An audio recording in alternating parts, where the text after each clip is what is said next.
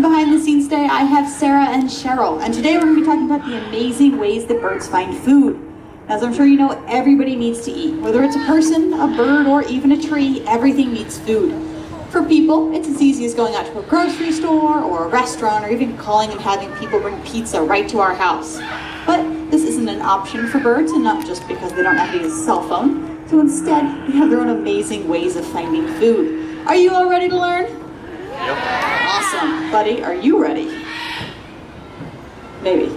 Buddy is a double yellow-headed Amazon, which is a type of parrot found in South America. All right, buddy, there's no food on this perch here, but I bet there's a nice, tasty grape back there. You ready? 1, 2, 3, fly! Go, buddy! Okay. No. Sit, buddy! Sit down. I'm just messing with you. Buddy will not be flying today. Instead, he will be demonstrating another amazing ability of parrots.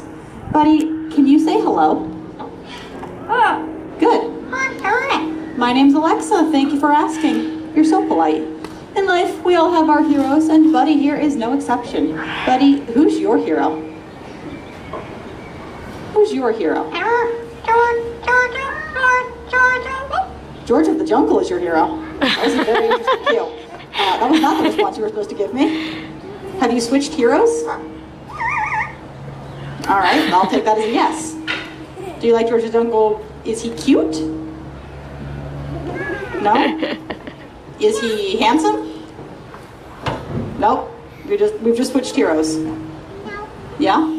Who's your hero? Arrow. I am. That makes a lot more sense. Awesome. Thank you very much, buddy. All right. Now we'll try this. Yeah. We're having a little bit of reset. Parrots do work in flocks, and flocks can be up to 50 or 70 individuals, and I am still getting acquainted into Buddy's flock, so occasionally he doesn't like to do things correctly for me. But before he came to join us here at the Bird Show, he was somebody's pet, and he was allowed to watch a lot of TV. In fact, he still has a cartoon theme song stuck in his head. What do you say, George?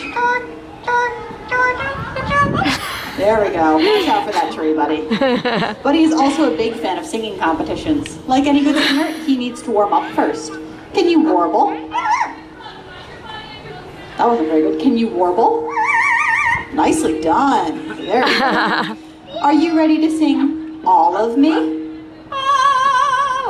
Me. Me. Nicely done, Buddy Bird. Have a round of applause for him for that. He did fantastic. See? It's a good show. They really like you. They applauded. Yeah. I'm getting to that. Here at the zoo, we all have our favorite animals. Mine is the serval, and Buddy's are the chickens. Now, can you do a chicken? Never know what he's saying when he does that, but it sounds kind of foul. In fact, Buddy has a crush on one of the chickens outside. Is she cute? Buddy is working to impress his lady love. Buddy has been working on his comedy routine. He's especially proud of his impression of a laughing hyena. Can you laugh? Buddy has a very dry sense of humor. All right, Buddy, I appreciate you coming in to help me. Yes, those would be a great audience. Can you give them all a big wave? Goodbye. Nicely done, Buddy Bird.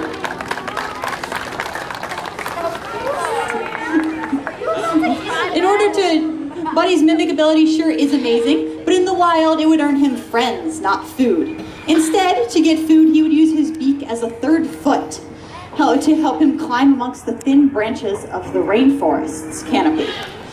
There we go. Now, Buddy is a little bit misleading here at the show because we are a free-flying bird show, despite what he will have you believe. And so before we go any further, we get to talk about safety. You all look thrilled. Safety is very important. After all, some of my coworkers will be swooping inches over your heads as they show off their amazing skills. Now for my safety, I have this lovely leather glove. It keeps my arms safe from the birds, but it also makes my more comfortable perch. Now don't worry, you guys don't need any gloves or hazmat suits or anything. I just need two things from you. First, please remain seated for the entirety of the program. And second, please do not reach up and attempt to touch the birds as they pass by. These are wild animals, not pets. And if you reach up and try to touch them, they may mistake you for big scary predators coming to eat them. And they understandably probably won't want to come back out after that. So remember, remain seated, keep your hands to yourselves, and of course, enjoy the show. Now, Buddy, although he is a parrot, he's a relatively small parrot. Parrots come in all shapes and sizes, from really, really tiny up to about that tall, I think. You'll see for yourself in a second. They can get pretty big. Of the 350 species of parrots in the world, 19 of them are grouped into the category of macaws. And macaws are some of the largest members of the parrot species. To demonstrate this, joining us we have Carmen and Trinidad, who are military macaws.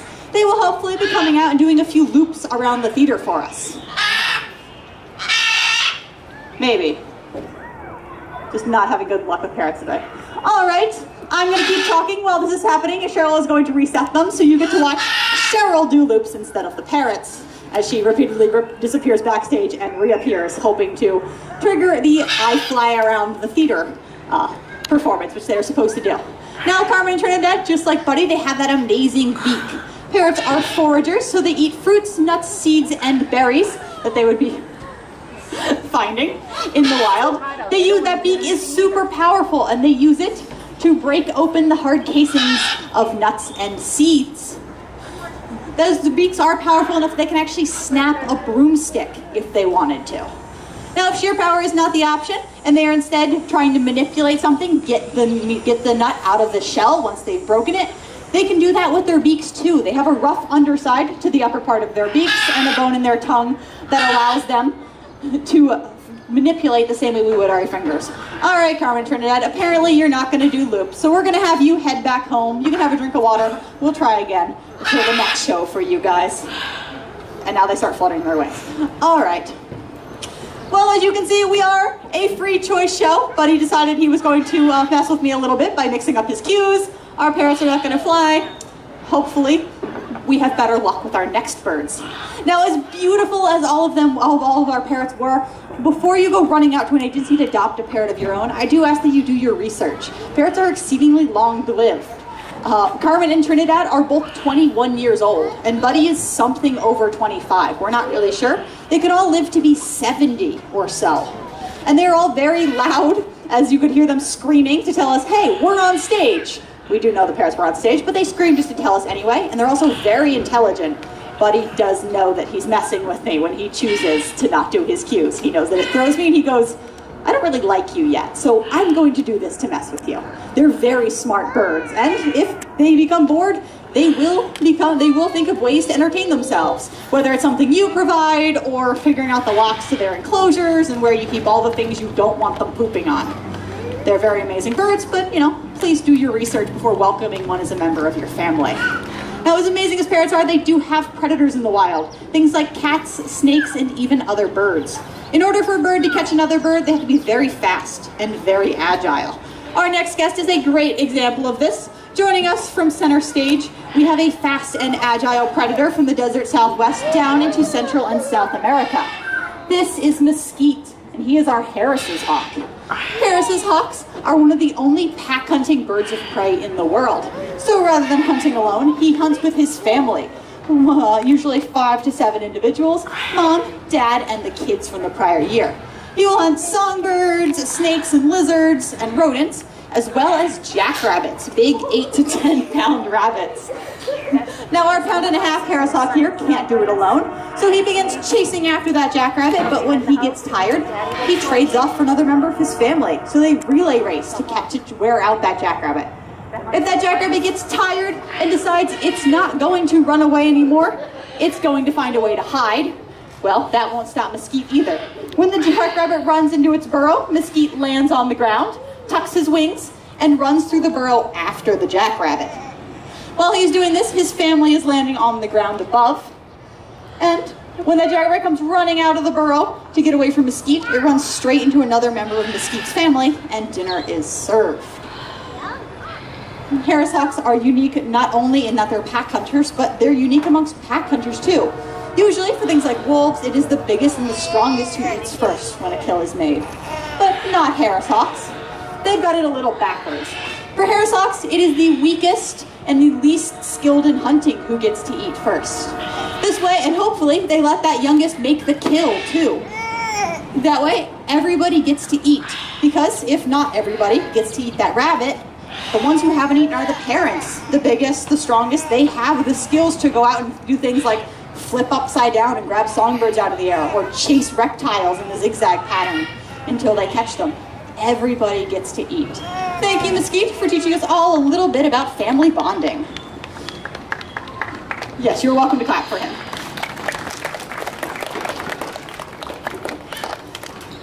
Now I know what you're thinking.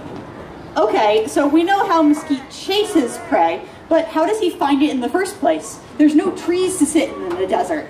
Well, they will go flying around in the sky, but that also can burn a lot of energy that they don't want to burn, and moving can make it a little harder to spot prey. So one flies along, lands on top of a cactus. The next member of his family comes along and says, hey, I like this place you found to sit, but I can't join you, I can't fit next to you. I'm gonna land on top of you. And that hairsaw comes along and lands on top of the first hairsaw. Third hairsaw comes along, lands on top of the second, so on and so forth. You have a living totem pole of hairsaws looking out across the desert to spot their prey. If these pack hunting tiny predators make you a little bit nervous, just wait until you meet our next guest. Coming out on stage is Duncan, our wedge-tailed eagle. You're not Duncan. There we go. This is Duncan. Wedge-tailed eagles are a native of Australia, where they hunt medium-sized game such as the invasive European rabbit. He will also hunt larger things, including sheep. Yes, he does have a little bit of a low flight path. Sorry about that. Including sheep, dingoes, and even kangaroos. As if being a large predator was not enough, Duncan is also a scavenger. He will eat dead things that he finds lying around in his territory. This helps keep his territory clean and free of disease. Usually this job's taken by vultures, but there are no vultures in Australia, so Duncan is nice enough to step in and help them out. We do love all of our birds here at the Bird Show, but Duncan is extra special to us. He is 30 years old this year, and he's actually the first wedge-tailed eagle hatched in captivity in the Northern Hemisphere. He has two siblings, Sydney and Darwin, and you may have actually seen them before because they are movie stars. You can see them in movies such as Evan Almighty, Alvin the Chipmunks, The Squeakquel, and The Proposal, where his brother Darwin attempts to steal a small dog from Sandra Bullock. Which, you know, ended up getting away with a cell phone instead. Much less tasty for the eagle, but probably much better movie because of it. So we've seen some amazing birds. We've seen parrots who would fly around to forage from trees. We've seen a hawk and an eagle who would fly around to hunt, but not all birds rely on flight to be able to get their food. In fact, some birds don't fly at all. Can anyone here name for me a flightless bird? Just go ahead and shout it out. I heard penguin and ostrich. Did I miss any? Emu. Flamingo, emu. So flamingos actually can fly. That is where I'm going with this, actually. Cool. We got a very good spread. So we have things like penguins who their wings are adapted, so they're not able to fly through the air anymore, but they can fly through the water. They swim really well. And we have things like ostriches and emus who their bodies are just too big for their wings to lift them. But their body size and their legs helps them to travel around and stay safe from predators. And then, of course, while we do have truly flightless birds, we have a lot of birds that can fly but choose not to. Things like the peacocks who roam the zoo, the flamingos, chickens, and our next guest. After all, why would you ever want to leave the ground? It's covered in such tasty, tasty snakes. What? I don't know. The show's going so well so far. Very embarrassed. I seem to have forgotten a prop. Does anyone out there have a snake I could borrow? You do? What are the chances of that? What's your name? Sophie. Sophie? All right, Sophie, you want to come down here to the front of stage for me? I appreciate you saving the day. Yes, your brother with the dinosaur may join you. So what's going to happen is I'm going to have my trainers release a bird onto stage.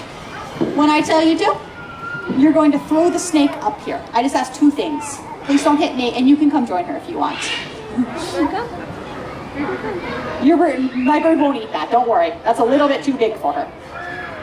Even though it is a reptile, she doesn't eat reptiles. So, I just ask two things. Please don't hit me and please don't hit the bird. No one needs to get taken out by a flying rubber snake today. They don't like that on the incident report. Can I trust you two? All right. Now that Sophie has saved the day, we have Avita. Perfect timing, Avita. Avita is a red-legged Sariyama from the South American plains. She is an omnivore, so she eats fruit, such as the little bits of apple I am tossing her, but she will also catch flying insects. Nice catch. Will you do that again? Nope. All right. Move over there for a second.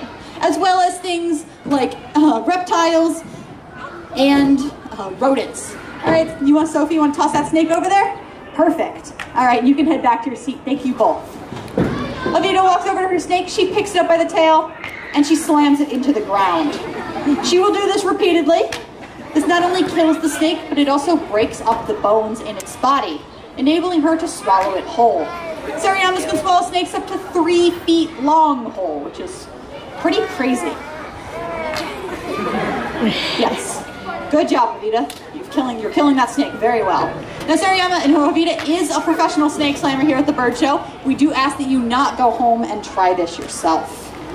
All right, Evita, you've done a great job. I appreciate your snake slamming. You have neutralized Evita. The snake is dead. That was actually never alive to begin with, but that's a technicality. I do need you to leave that alone. There are small children in the audience. I don't want to scar anybody. Yeah? Evita. Can we make a deal? Can you give me one last good slam? Nicely done, Evita. Let's have a round of applause for Evita's smashing demonstration. You have to put the snake down. You can't take it off stage with you. You don't let it go if we let you take it off stage. Sorry, a round of applause for Evita's smashing demonstration and Sophie's assistance. Yes, we leave stage without the snake. Thank you. Fun fact, last time we let her leave stage with it, it took 2 hours to get it back. It made show very difficult for the next run. Now, the Seriamas are so good at killing snakes that farmers in South America will raise them in with their chickens. That way, if any snakes get in, the Seriama gets a free meal, and the chickens are all safe. However, while the Seriamas are very unique in their snake killing, they're not the only species to eat snakes. There's in fact an entire group of eagles called the snake eagles, because snakes are their favorite food. There's actually 4 groups of eagles. We have snake eagles, we have forest eagles, such as the harpy eagle, which snatches monkeys out of trees.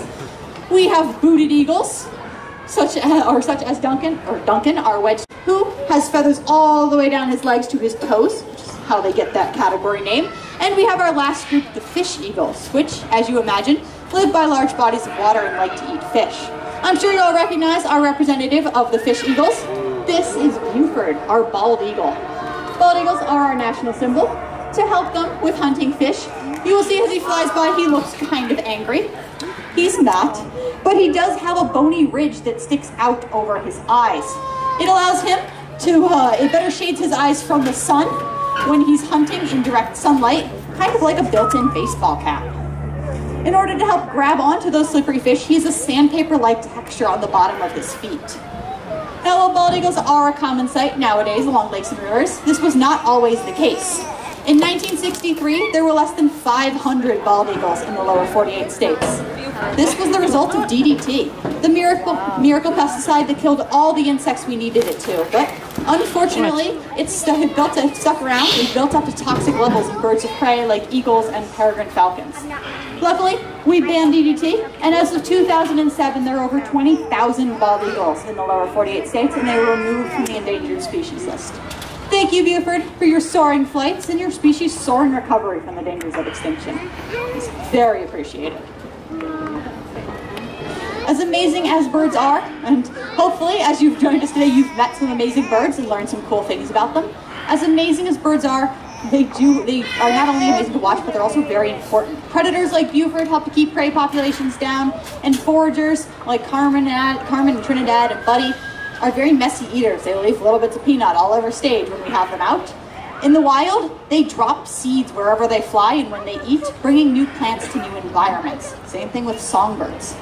While the dangers of DDT have passed, there are many threats still facing birds today. Things like habitat loss, air, and water pollution. If you would like to help, it can be as simple as conserving water and recycling, or as big as reaching out to your local and national government saying, we want change. If you would like your small change to make a very big difference, we will have a donation box on stage. When he's ready, we will also be joined by our last guest for the show. His name is Emerson, and he is a Eurasian eagle owl. He will be using his large orange eyes to guilt everybody into donating today.